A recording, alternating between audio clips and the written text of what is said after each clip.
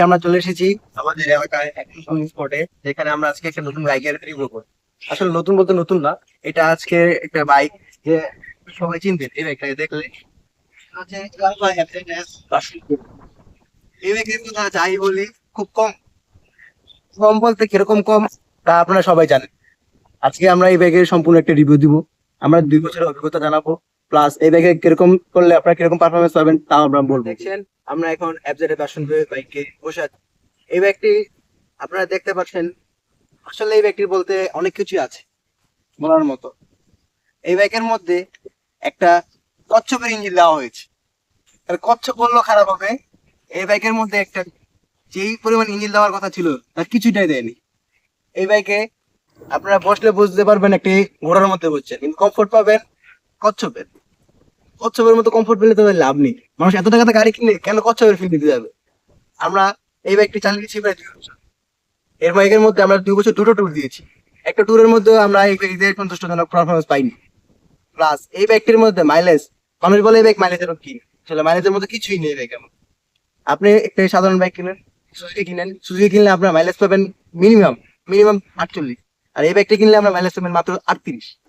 এটা আমি বলছি না, অনেকে ক্লেম করে যে মাইলেজ অনেক বেশি, কিন্তু আমি ভাই মাইলেজ তো পাইনি। আর এই ব্যক্তির মধ্যে আরেকটা সমস্যা হচ্ছে, আপনি যদি ক্লাস ধরে চালান তাহলে আপনার ক্লাস প্লেট চলে যায়। ভাই কিছুদিন মাত্র 1 বছরের ক্লাস প্লেট কিভাবে চলে যায়? আমরা এই বাইকে আরো অনেক কিছু সমস্যা পেয়েছি, তা আমরা আরো বলবো। আজকে ওয়েদারটা খুব সুন্দর, দেখতে আসছি পুরোনোর সাথে সবাই মিলে আসছি, কিন্তু এই বাইকটার দুঃখজনক কিছু কিছু কথা না বললে আপনাদের হয় না। এই বাইক আরেকটা সমস্যা হচ্ছে মিটার প্রবলেম। ভাই মিটারে একটা গিয়ার ইন্ডিকেটর দিলে কি হতো? আপনারা এত কিছু টাকা নিচ্ছেন, 2,35,000 টাকা নিচ্ছেন। এই বাজেটে আমরা চাইলে আরো নতুন নতুন বাইক কিনতে পারি। এই বাজেটে আপনাদের কাছে সুজুকি আছে, হর্নেট আছে, আরো অনেক ভালো ভালো কোম্পানির বাইক আছে, কিন্তু এই বাইকটা আমাদের কেন কিনি? আর ইয়ামাহা একটা অরিজিনাল ব্র্যান্ড, জাপানিজ ব্র্যান্ড। এই বাইকের ব্র্যান্ডের কারণে ব্র্যান্ডের কারণে আমরা এই বাইকটা কিনি। আর কমফোর্ট, হ্যাঁ ভাই অনেক কমফোর্ট।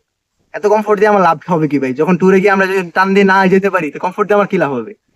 প্লাস এই বাইকটির মধ্যে একটা সবচেয়ে ভালো দিক হচ্ছে ব্রেকিং। জানে ধরুন ওখানে ব্রেক হয়ে যাবে।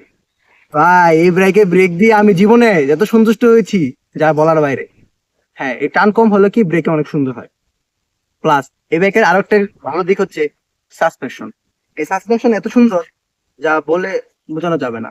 আপনি চাইলে 1 দিন 2 দিন 3 দিন টানা রাইড করতে পারবেন। আমরা রাইড করে আপনার মনটা ভরবে না। হ্যাঁ, একটা সমস্যা হচ্ছে 90-এর পর পরে গেলে ভাইব্রেশন শুরু হয়। এটা ভাই সব গাড়িতেই হয় প্রায়, কিন্তু এই গাড়িটার মধ্যে একটু বেশি হয়। 1 নম্বর গিয়ারে ভাইব্রেশন হয়, 3 নম্বর গিয়ারে ভাইব্রেশন হয়। মানুষ বলে গিয়ারের ভিতরে কমফোর্ট, কমফোর্টটা কোন জায়গাটা পাই আমি এটাই খুঁজে পাচ্ছি না। আরেকটা জিনিস আপনারা দেখে এলে ভালো হবে। এই যে দেখেন ভাই, এত বড় একটা ডিস্ক, এত বড় একটা ডিস্ক দেওয়ার পরেও এই গাড়িটি ব্রেকিং এ এতটা ভালো না। একটা এবিএস দিলে কি হতো? পিছের ডিস্ক, এই গাড়ি প্রায় প্রায় পিছের ডিস্ক ব্রেক ধরলে এটা স্কিড করে। এই যে পিছে এত বড় একটা ডিস্ক দিয়েছে, কিন্তু তাও এটা স্কিড করে। এখন আপনারা দেখেন, এত দাম দিয়ে এত একটা গাড়ি কিনবেন, কেন কিনবেন? যদি আপনি এত কিছু কিছু নাই পান তাহলে আপনি কেন কিনবেন? আপনি এই সেম বাজেটে সুজুকি আছে, হর্নেট আছে, পালসার আছে, আপনি অন্য অন্য বাইকও কিনতে পারেন, কিন্তু ওই বাইকগুলো যে ভালো হবে তা না। আপনি আগে দেখবেন, পছন্দ হবে তারপরে কিনবেন, আপনার ইচ্ছা। আর আপনার ইচ্ছা যদি হয় যে আপনি অ্যাবজেট কিনবেন, হ্যাঁ কিনতে পারেন সিটি রাইডের জন্য। আর আপনার একটা অভিজ্ঞতা শেয়ার করলে আমার খুব ভালো হয়। এই বাইকের প্রায় প্রায় বেশিরভাগ সময় ভোল্টেজ চলে যায়। ভোল্টেজ বলতে এই গাড়ির গাড়ি নষ্ট হয়ে যায়। সাধারণ রাস্তা চালাতেও এই বাইক অনেক সময় প্রবলেম দেখায়। এই গাড়িকে আরেকটা প্রবলেম হচ্ছে এফআই নষ্ট হয়ে যায়। এফআই ক্লিনিং না করলে কিছুদিন পরে পরে মাইলেজ ড্রপ করে। তাই আপনার সবাই একটু খেয়াল করে এই বাইকটি বুঝে শুনে কিনবেন। তাই আপনাদের বলছি, যারা এই বাইকটি কিনবেন খুব চিন্তা ভাবনা করে তারপরে কিনবেন।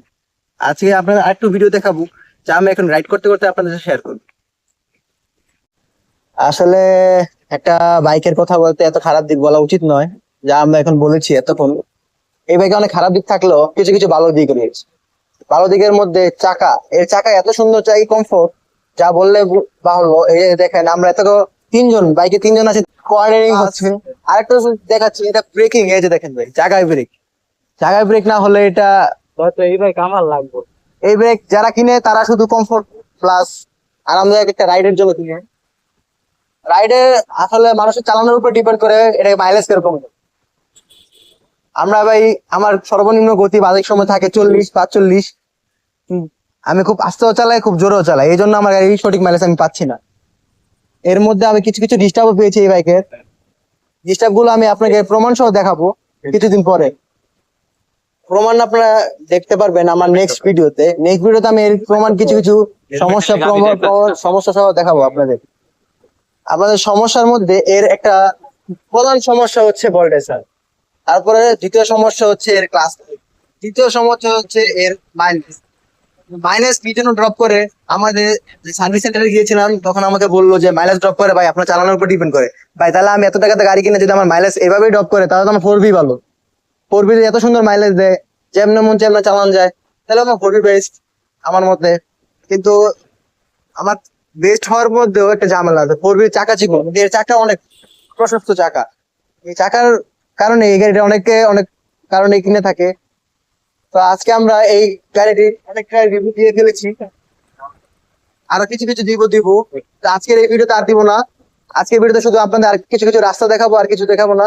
প্লাস আপনাদের জন্য আরো কিছু সুন্দর সুন্দর পরিবেশের, এখানে একটা সুন্দর মসজিদ আছে, প্লাস একটা মাদ্রাসা আছে।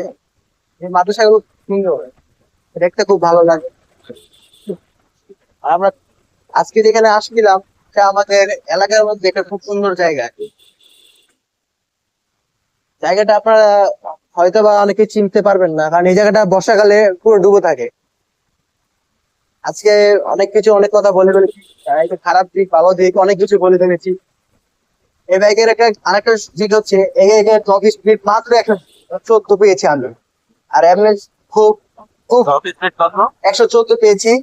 এর মাঝে মাঝে 116 পর্যন্ত খুব কষ্ট করে, মানে কচ্ছপ যেরকম খুব কষ্ট করে জোরে জোরে দৌড়ায়। আর একটু সুন্দর সুন্দর পরিবেশের, মনোরম পরিবেশে ভিডিওটা দেখুন। সবাইকে এতক্ষণ আমার ভিডিওটি দেখার জন্য ধন্যবাদ, এবং সবাই আমার চ্যানেলটিকে সাবস্ক্রাইব করবেন এবং পাশে থাকা বেল আইকনটি প্রেস করবেন, যাতে পরবর্তী ভিডিওটি সবার প্রথম আপনার কাছে চলে যায়। আমি এই বাইকের আরও ভিডিও দিব এবং আমাদের নতুন ট্যুরের ভিডিও দিব। Smart Tech and Ride BD চ্যানেলটিকে সাবস্ক্রাইব করুন এবং পাশে থাকা বেল আইকনটি প্রেস করুন, এবং আপনাদের একটি সাবস্ক্রাইবের মাধ্যমে আমরা আমাদের নতুন ভিডিও তৈরি করার একটি মনোবল পাই। তাই সবাইকে সাবস্ক্রাইব এবং পাশে থাকার জন্য অনুরোধ করা হলো। আমরা এখন ভিডিওর শেষ পর্যায়ে এসে পড়েছি। আপনাদের যদি এই বাইকের সম্পর্কে কিছু জানার থাকে তাহলে আপনাদের কমেন্ট বক্সে কমেন্ট করুন, অথবা আমার ইনবক্স করতে পারেন। আমি আপনাদের সকল তথ্য দিয়ে দিব। এবং এখন বাইকটির বাজার মূল্য আছে 2,35,000 টাকা। যারা এই বাজেটে এই বাইকটি কিনতে চান তাদের চিন্তা ভাবনা করে কিনবেন এবং আমার ভিডিওটি সম্পূর্ণ দেখবেন।